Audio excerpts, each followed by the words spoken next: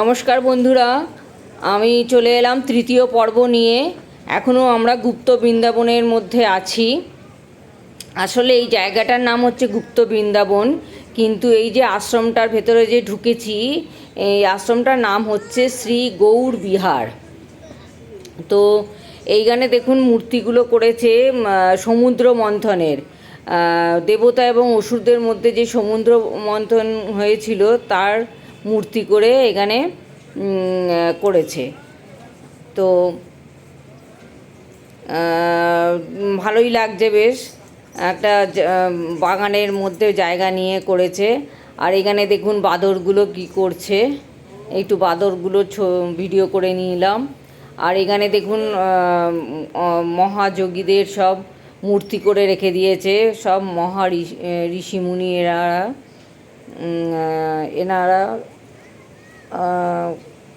বসে আছেন, সব এক একজনের মূর্তি করে রেখে দিয়েছেন। এইখানে দেখুন বিশাল হনুমানজির মূর্তি, আর এই যে শ্রী চৈতন্যদেবের মূর্তি। এখানে কথিত আছে নাকি শ্রী চৈতন্যদেবও নাকি এখানে এসছিলেন এই গুপ্ত বৃন্দাবনে।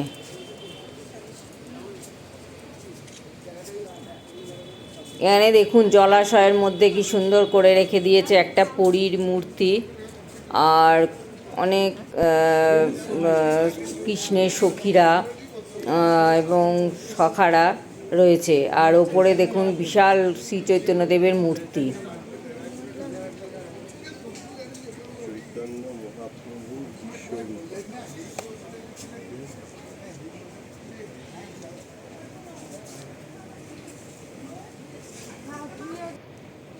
এবারে দেখুন মহাদেবের মূর্তি, কত বড় একটা মহাদেবের মূর্তি এবং শ্রীকৃষ্ণের মূর্তি করা রয়েছে। এবারে আমরা চলে এলাম চন্দ্রোদয় মহাসাগরে।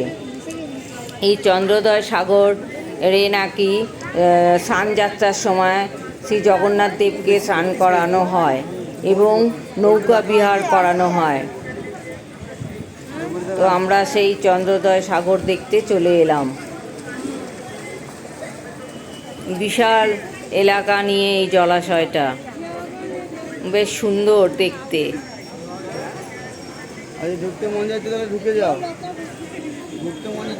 অনেক পর্যটক এসছে দেখতে। তো এখানেও একটু টিকিট কেটে ঢুকতে হয়, 10 টাকা করে টিকিট।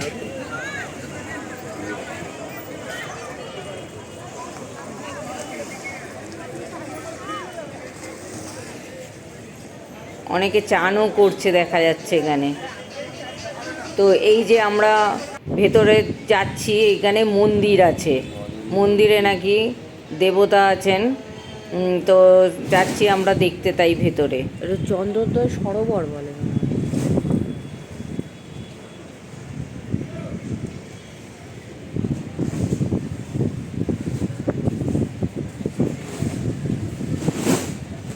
দেখুন কত পাখি বসে আছে ওইখানে।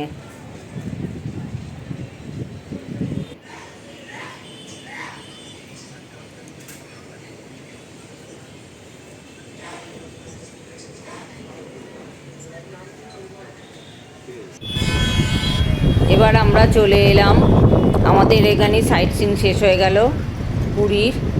তো আমরা চলে এলাম হোটেলে ফিরে এসে একটু বিশ্রাম নিলাম। বিশ্রাম নিয়ে বিকেল এখন 5টা বাজে, একটুখানি সি বিচের ছবি তুললাম, ভিডিও করলাম করে এবারে আমরা সি বিচে যাব। আবার ছাদেই উঠেছি, ছাদ থেকেই আমরা এই ছবিগুলো নিলাম।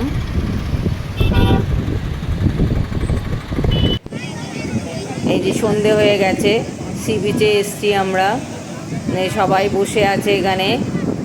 আর এখানে ওই খাবারের দোকানগুলো একটু ওপরের দিকে তুলে দিয়েছে, ওইখানে অর্ডার দিলে পরেই এসে খাবার দিয়ে যায়।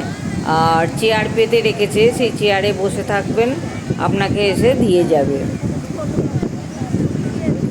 আর এখানে সিঙ্গাড়া, তারপরে হচ্ছে মিষ্টি, এইসব কাঁধে করে নিয়ে আসে বিক্রি করতে।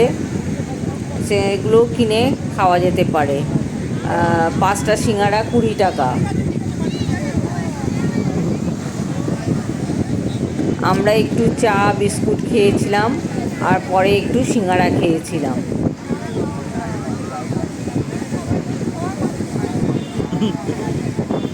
ভালোই লাগে বেশ সন্ধেবেলাটা বিচে, অনেক লোকজন আসে।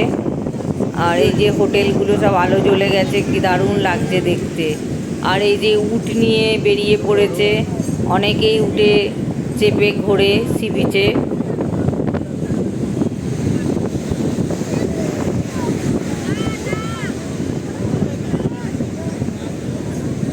সব আলো জ্বলে গেছে, দারুণ লাগছে দেখতে। আর ঢেউগুলো দেখুন কীরকম সাদা সাদা রঙের ঢেউগুলো আসছে, দারুণ লাগছে দেখতে। অন্ধকারের মধ্যে দারুণ লাগে, অন্ধকারে একদম সাদা সাদা যেন কি আসছে সামনে, এরকম মনে হয়।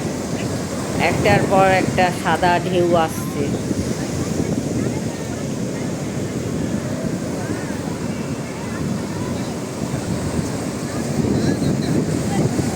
আমার হাজবেন্ড গেল একটুখানি পা ভেজাতে জলে।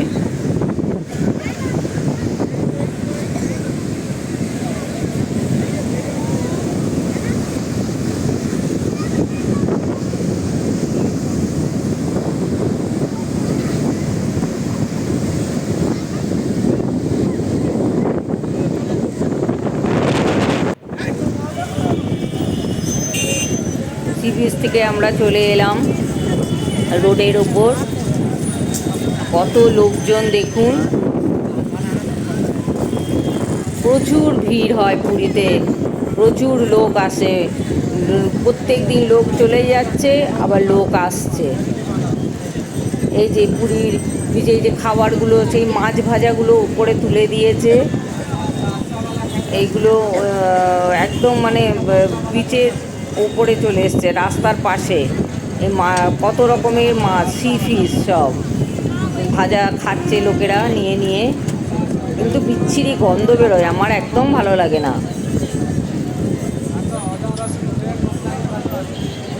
কী করে খায় সবাই কে জানে, আমার একটুও ভালো লাগে না। আমিও খাইনি, আমার হাজবেন্ডও খাইনি। দেখছিলাম আমরা রাস্তার পাশে যে বসার জায়গা আছে, এখানে বসে আমরা দেখছিলাম সব। আর দেখো শাড়ি জামা কাপড়ের দোকান, গিফটের দোকান, কত সব দোকান, সবাই কেনাকাটা করছে, মার্কেটিং করছে। আর গাড়ি যাচ্ছে, অনবরত গাড়ি যাচ্ছে রাস্তা দিয়ে।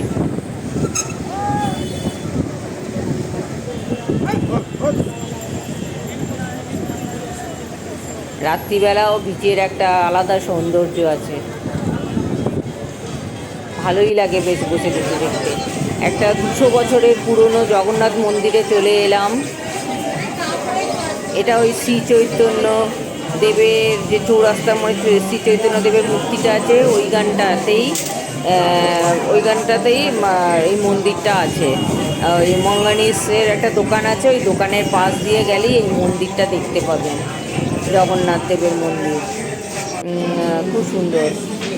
আমরা চলে এলাম হোটেলে খেতে বসলাম। রুটি নিয়েছিলাম আর আলুর দম নিয়েছিলাম আর মিক্সড ভেজ নিয়েছিলাম। ভালোই খাওয়া হলো, বেশ টেস্টফুল খাওয়া ছিল। খেয়ে দিয়ে এবারে আমরা হোটেলে চলে গেলাম। পরের দিনকে আমরা পুজো দিতে যাব জগন্নাথ মন্দিরে।